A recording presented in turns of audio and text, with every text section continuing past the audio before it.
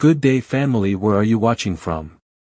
Anita Baker moved through the quiet hospital corridor, her white sneakers making barely a sound against the polished tiles. The sharp scent of antiseptic and freshly laundered sheets filled the air. A monitor beeped steadily from one of the rooms, a soft reminder of life hanging on the edge. This was her world, sterile, predictable, and safe. She glanced at her wristwatch. 4:15 a.m. Her shift had ended over an hour ago, yet she found herself still lingering, adjusting blankets, checking charts, ensuring that her patients were comfortable. There was nowhere else to be, really. No one was waiting for her at home. Her life was simple. Not unhappy, just uneventful. Then her phone buzzed. The name on the screen made her stomach tighten. Stepmother. Anita hesitated before answering, pressing the phone against her ear. Where the hell are you? Clara Baker's voice sliced through the line, laced with irritation. Do you know what time it is? Anita exhaled quietly. I just finished my shift.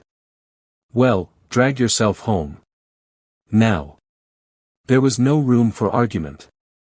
There never was. Anita tucked her phone into her pocket and turned back toward the exit, a weary sigh escaping her lips. She had no idea that tonight would change her life forever. The Baker estate stood like a silent accusation against the London skyline, grand, luxurious, but cold. Anita stepped inside, already feeling out of place in her own home.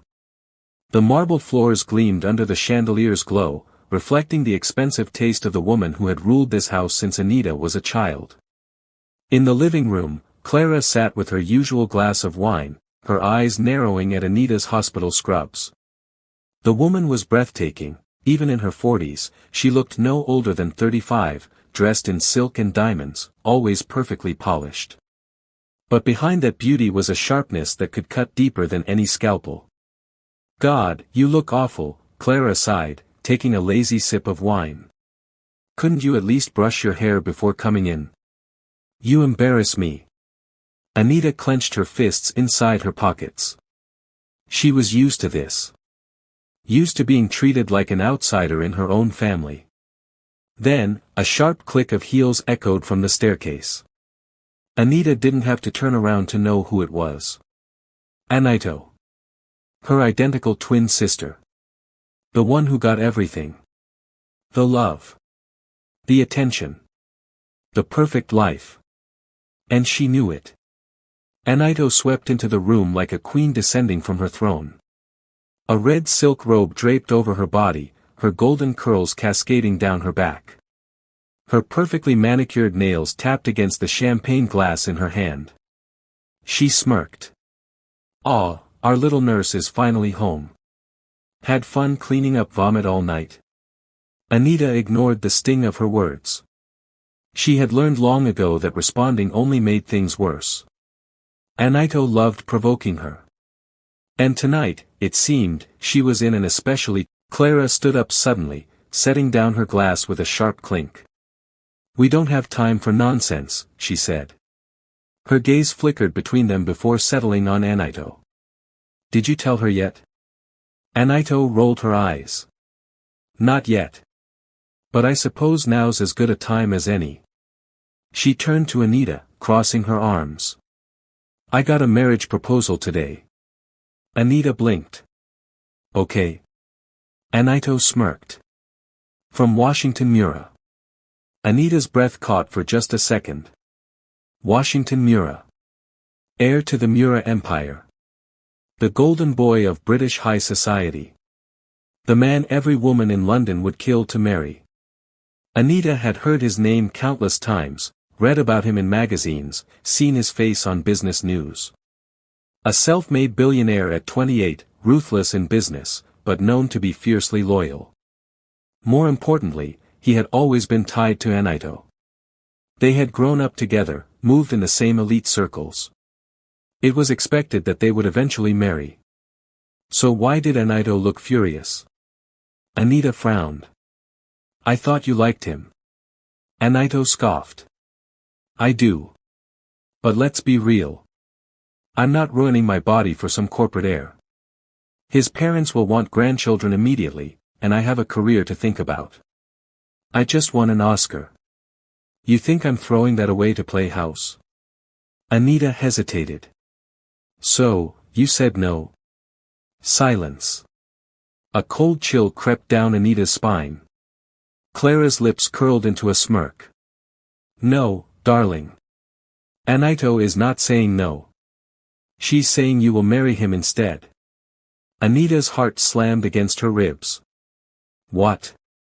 You're identical, Anito said lazily, inspecting her nails. No one will notice. You'll go to the wedding, play the perfect wife, pop out an heir, and then quietly disappear. I'll handle the rest. It took a moment for Anita to realize they weren't joking. She laughed. A short, stunned laugh. You're insane. Clara's voice hardened. Think carefully, Anita. This is an opportunity of a lifetime. You'll secure the Baker family's name. You'll never have to work another day in that miserable hospital. You'll be adored, respected. I don't need respect bought with lies. Clara's expression darkened. And what do you need?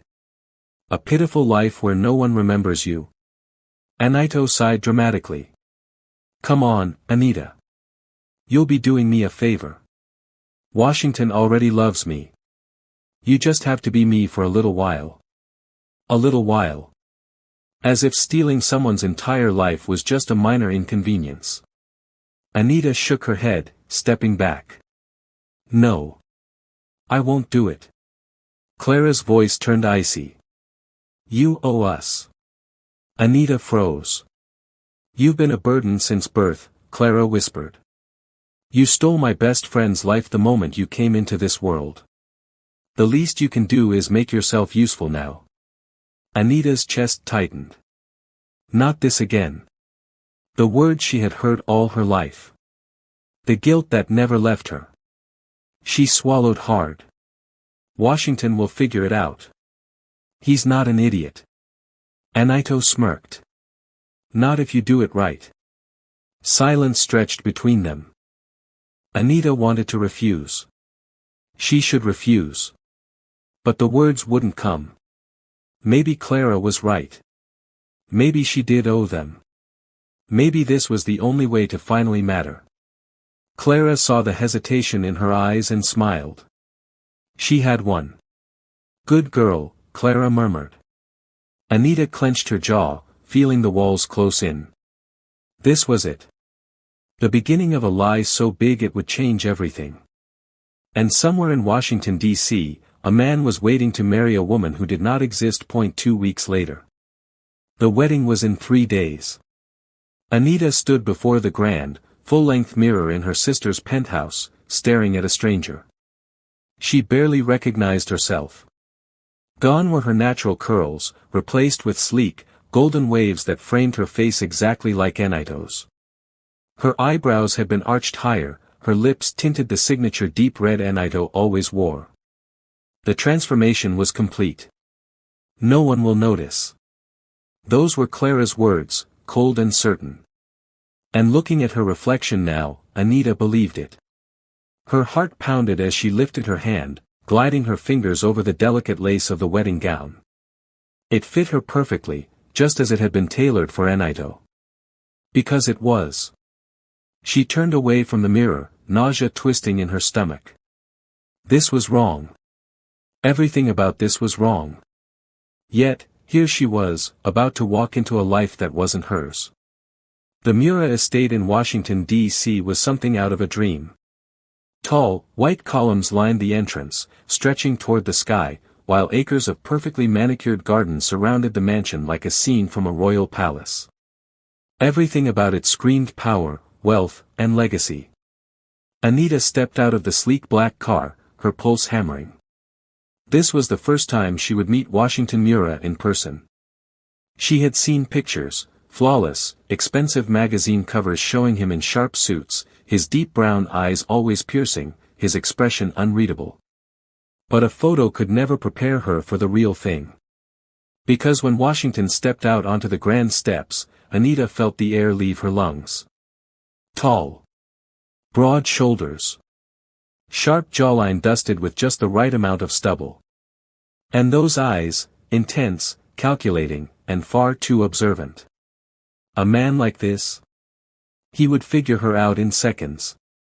She forced herself to breathe, pasting on the same effortless confidence Anita wore like second skin. Washington.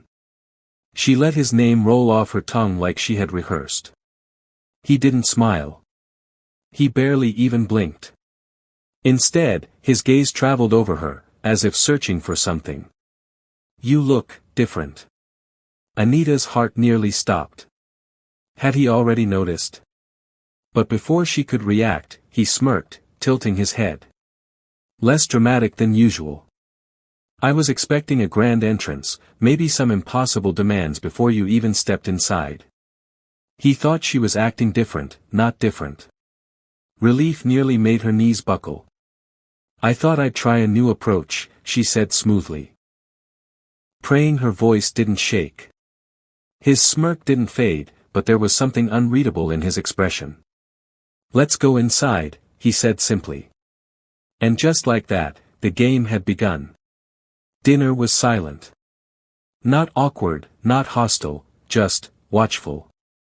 Washington barely spoke, but Anita could feel his gaze on her, studying her every move.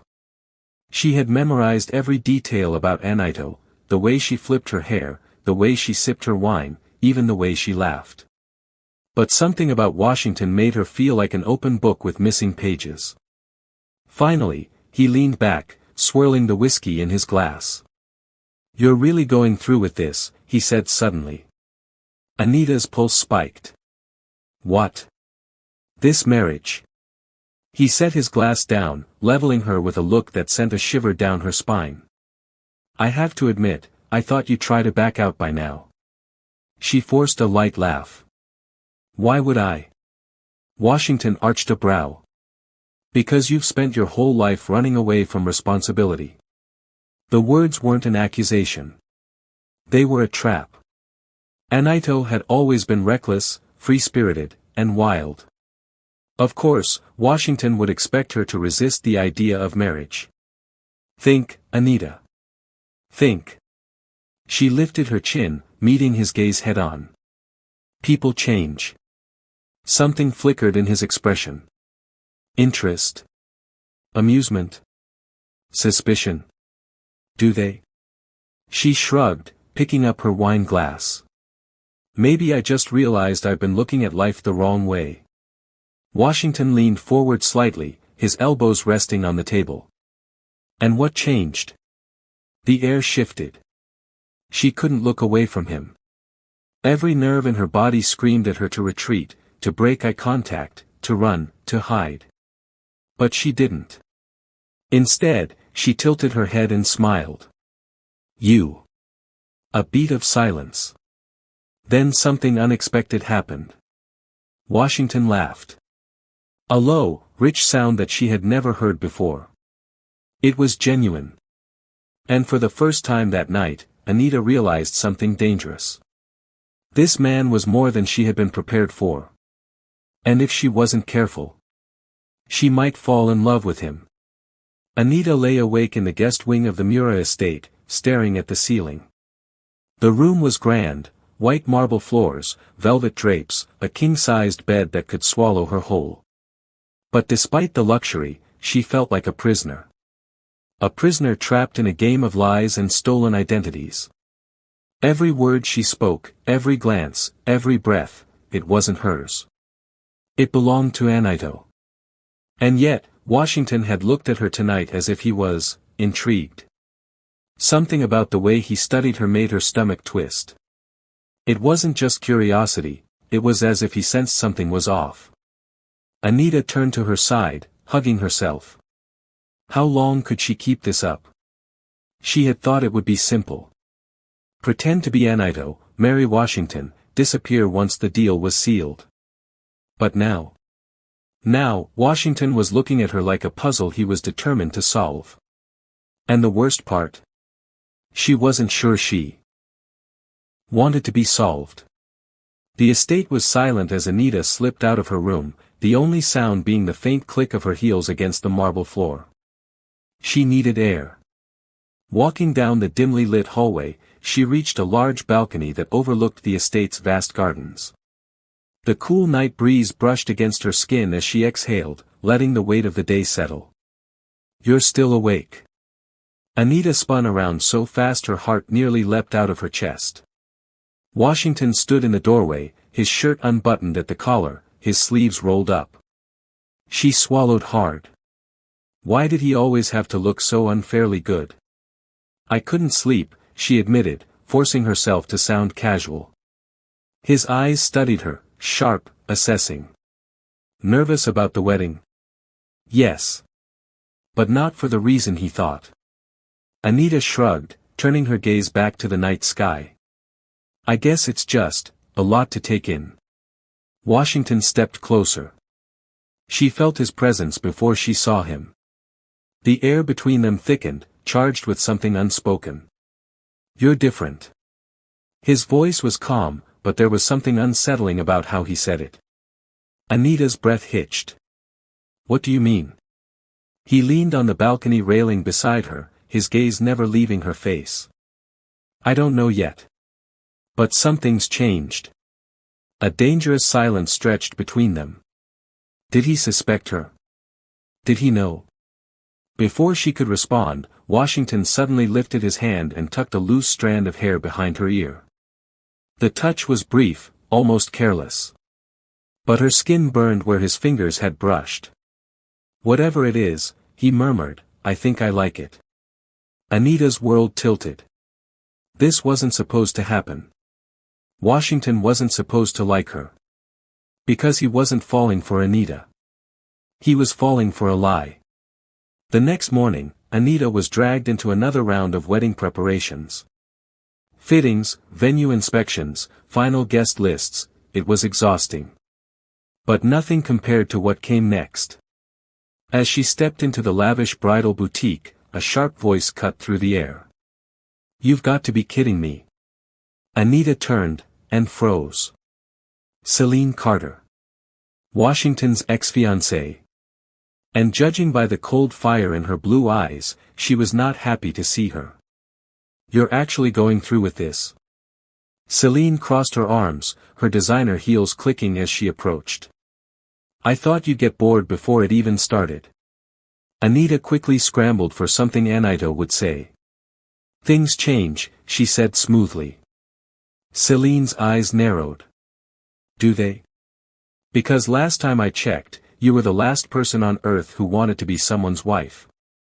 Anita forced a smirk. "Maybe Washington convinced me." Celine scoffed. "Please. You don't change overnight. Either you're lying, or you're playing a game." Anita's stomach twisted. Because Celine wasn't just throwing empty accusations. She was dangerously close to the truth. And she wasn't going to let this go. Anita was still rattled when she returned to the Mura estate. She had barely stepped inside before Washington's voice stopped her. "You saw Celine today." Her head snapped up. He was standing near the grand staircase, his gaze unreadable. Anita forced herself to keep her expression neutral. "Was that a test?" He smirked. "No. But I heard she had some interesting things to say." Anita exhaled, keeping her voice steady. "She's just bitter." Washington stepped closer, his eyes locked onto hers. "Is she?" There it was again. That suspicion. Anita's pulse thundered. "Why do I feel like you're watching me?" she asked, forcing a teasing tone. Washington didn't smile. "Because I am." Her throat went dry. Before she could react, he leaned in slightly, his voice dropping to a near whisper. "I don't mind change, Anito," he murmured. "I don't mind that you're different. But I will figure out why." A slow smirk tugged at his lips. "And when I do, I hope you're ready." Anita couldn't breathe. Because for the first time, she realized something terrifying. Washington Mura wasn't just dangerous. He was playing a game of his own. And if she wasn't careful, she was going to lose. The next few days were a battle of wills. Washington watched Anita like a hawk. Every conversation, every glance, every reaction, he was studying her. And she felt it. The weight of his scrutiny. The intensity of his gaze. It was suffocating. And thrilling. She had spent her entire life being invisible. No one had ever looked at her like she mattered. But Washington Mura. He was watching her like a man trying to solve a puzzle. And every second she spent in his presence, she was terrified he would. The Mura family estate was transformed into a scene straight out of a fairy tale. Golden chandeliers. Crystal glassware. The city's wealthiest elite dressed in their finest. Tonight was the official engagement party. The night where Anita would have to play the role of Anaito perfectly. As she descended the grand staircase in a shimmering silver gown, every pair of eyes turned to her. But only one gaze made her breath hitch. Washington. Standing at the bottom of the staircase in a sharp black tuxedo, he was a vision of power and control. And the way he looked at her. Like he was trying to see into her soul. As she reached him, he extended his hand. You clean up well. Anita forced a smirk, slipping her fingers into his. You sound surprised. I am. His lips curled into a slow, knowing smile. You're not what I expected. Her heart pounded. Neither was he. Washington lifted their entwined hands, brushing a soft kiss against her knuckles. The crowd cheered. But the heat that spread through Anita's body wasn't for them. It was for him. And that was the most dangerous part. The evening passed in a blur of handshakes and champagne toasts.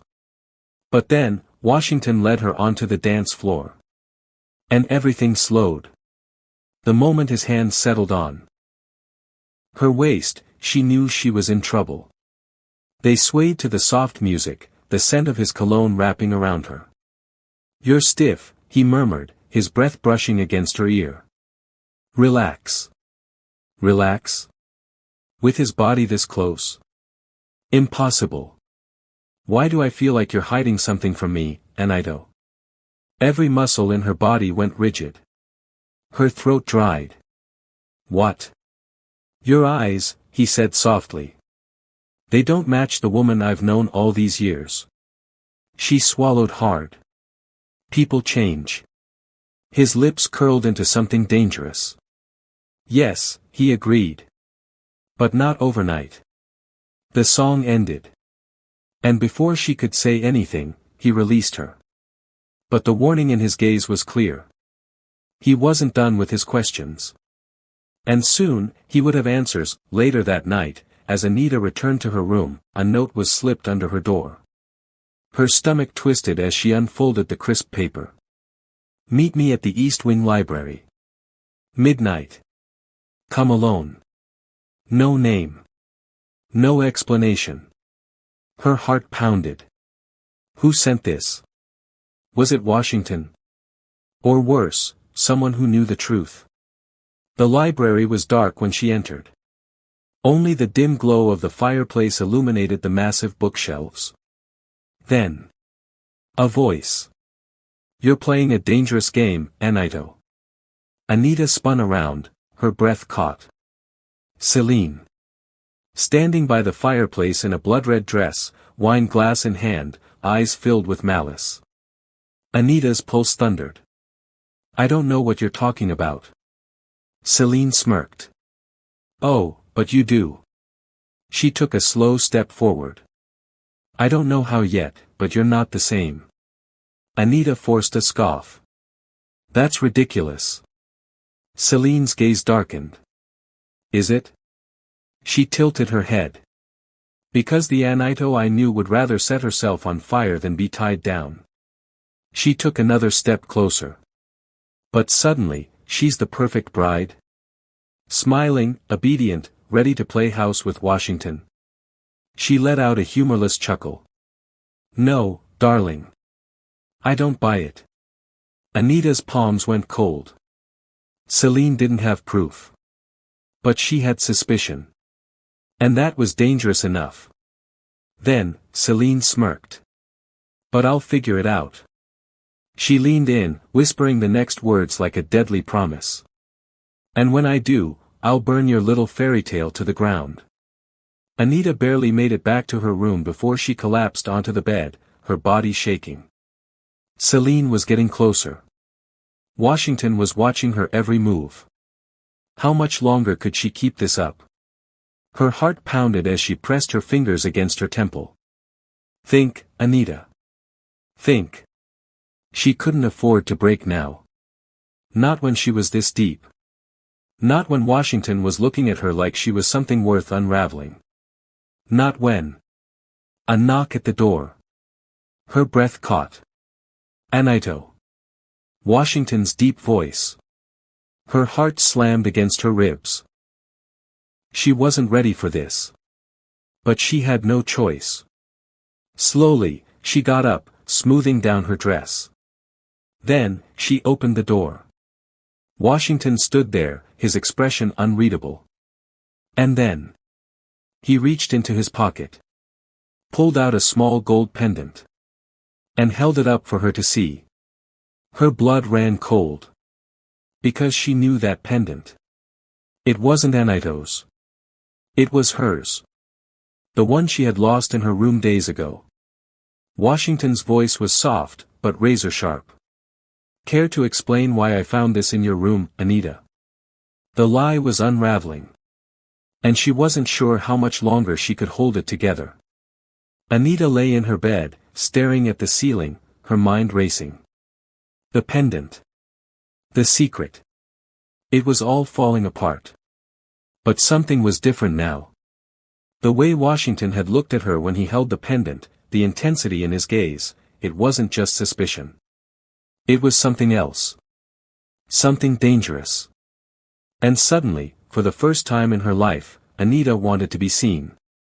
The sun shone brightly on the Mura estate's sprawling gardens, the vibrant flowers blooming with colors so rich they seemed unreal. Anita stood by a fountain, pretending to admire the scenery, but her heart was in a tug-of-war. She knew Washington would confront her sooner or later. She just didn't know if she was ready for it. It wasn't just about the lie anymore. It was about the chemistry that had been building between them. She could feel his presence before he even spoke. You've been avoiding me. Anita turned, her breath catching at the sight of him walking toward her. Washington was wearing a navy blue suit that made him look untouchable, his piercing eyes locking onto hers with an intensity that made her pulse race. I haven't been avoiding you, she said, her voice steadier than she felt. Just, thinking. Washington raised an eyebrow, stopping a few feet away from her. His eyes didn't leave hers, as if searching for a crack in the facade she had so carefully built. You don't think I know when something's wrong? His voice was low, teasing yet serious. She swallowed. It's nothing. Just, she paused, uncertain. Just a lot on my mind. Washington took a step closer, his presence overwhelming. I'm not buying it, Anito. I've known you too long to believe you're as perfect as you pretend to be. Anita's heart pounded. He was so close now, and she could smell his cologne, the faint trace of his aftershave making her dizzy. There was a magnetic pull between them, one she couldn't ignore even if she tried. I'm not pretending to be perfect. She glanced away, feeling vulnerable. I'm just trying to figure out how to be who everyone wants me to be. Who's everyone? Washington's voice was now softer, but still demanding. Her eyes locked onto his. My family, the world, you. For a long moment, neither of them spoke. The air between them was thick with unspoken words, with tension that neither could escape. And then, without warning, Washington reached out and gently lifted her chin, forcing her to look at him. Anita's breath hitched, her heart skipping a beat as his thumb brushed across her jawline. I don't want you to be anyone else, Anito, he said softly, his gaze moving from her eyes to her lips. I want you to be you. The sincerity in his voice hit her like a wave. It was too much. Too intense. Too real. Everything inside her screamed for her to pull away, but her body refused. He pulled back. Anita felt his presence before he even spoke. Washington. She turned, her breath catching as he strode toward her. He wore a navy blue suit that made him look untouchable, his piercing eyes locking onto hers with an intensity that made her stomach flip. "You've been avoiding me," he said, stopping just a step away. Anita forced a small smile, though her heart pounded. "Avoiding you? That's a bit dramatic." Washington tilted his head, studying her like she was a puzzle he was desperate to solve. "Is it?" She swallowed hard. His nearness was overwhelming. The crisp scent of his cologne, the way his voice dropped an octave when he spoke to her, it was too much. For years, she had been unseen, pushed to the shadows. Now, Washington looked at her like she was all that mattered. And it was terrifying. "I found something in your room," he continued, slipping a small gold pendant from his pocket. Her breath hitched. The pendant. The one she lost. The one with her initials, A.B. Not Anita Baker. Anita Baker. She barely hid her panic as she reached for it, but Washington pulled back, smirking. "Funny," he murmured. "You never wore this before." Anita forced a laugh. "Maybe I was just hiding it." Washington's smirk didn't fade. "Or maybe, you've been hiding something else." The way he said it sent shivers down her spine. "Are you always this suspicious?" she tried, keeping her voice light. Washington didn't answer immediately. Instead, he reached forward, his fingers brushing her wrist as he slipped the pendant into her palm. His touch was brief, but electric. And when she looked up, his gaze had darkened. "I don't like lies, Anito." His voice was softer now, but edged with warning. Her pulse thundered. "And yet," he continued, stepping even closer, so close she could feel his breath on her skin, "I can't seem to stay away from you." The words made her heart stop. Was he saying what she thought he was? Washington exhaled, his fingers grazing her chin, tilting her face up to his. "I don't know what's changed," he whispered. "But suddenly, I can't stop wanting you." Anita's world spun. This wasn't supposed to happen. He was falling for her. Not Anito. Her. And she. She was falling for him too. Her lips parted, but before she could say a word, a sharp voice shattered the moment. "Washington." They both turned. Celine. Standing a few feet away, arms crossed, her lips curled in a knowing smirk. Anita's stomach dropped. Washington stiffened. And then, Celine said. The words that made Anita's blood turn cold. "Why don't you tell your fiancé the truth, Washington?" Silence. Anita's chest tightened. "What truth?" Celine's smirk deepened. "About the real reason you agreed to this marriage." Washington's jaw clenched. His entire posture screamed warning. But Celine ignored it. She stepped closer, her eyes gleaming with something wicked. "Oh, Anito," she said sweetly. "Did he not tell you? This whole engagement? The wedding? It's not just about love." She leaned in, her voice a cruel whisper. "It's about control. The Mura family doesn't just want you as a wife. They want you as a pawn." Anita felt the floor tilt beneath her. Her gaze snapped to Washington. He said nothing. His silence was all the confirmation she needed. Her chest tightened. "Washington, is that true?" He didn't answer right away. But when he did, his voice was haunted. "I didn't want you to find out like this." Her breath caught. Washington was hiding something. Something big. Something that had everything to do with her. And suddenly, Anita realized. She wasn't the only one keeping secrets. Silence. Washington's eyes burned with unspoken words, but his lips remained pressed together. He wasn't denying it. Anita's heartbeat pounded in her ears. Celine watched with a satisfied smirk, her arms crossed like she had just delivered a checkmate. "Go on, Washington," she taunted. "Tell your dear fiancé why your parents were so desperate for this marriage. Or should I?" Anita's stomach twisted. "Washington," she repeated, her voice quieter now, more fragile. "Is it true?" For a moment, something flickered in his gaze. Guilt. Then, he exhaled. "It's not what you think." Anita's throat tightened. "Then explain it to me." Washington clenched his jaw. His hands balled into fists at his sides, as if he was fighting a battle within himself. Then he turned sharply to Celine. "You've said enough," he snapped. Celine only laughed. "Oh, don't be so grumpy, Washington. You knew this day would come." Her gaze flickered back to Anita. "Shall I tell you the rest? Or do you want to hear it from him?" Anita swallowed hard. Her chest felt like it was caving in. She wanted to hear it from Washington. She needed to hear it from him. "Tell me," she whispered. Washington ran a hand through his hair, looking away. When he finally spoke, his voice was lower, heavier.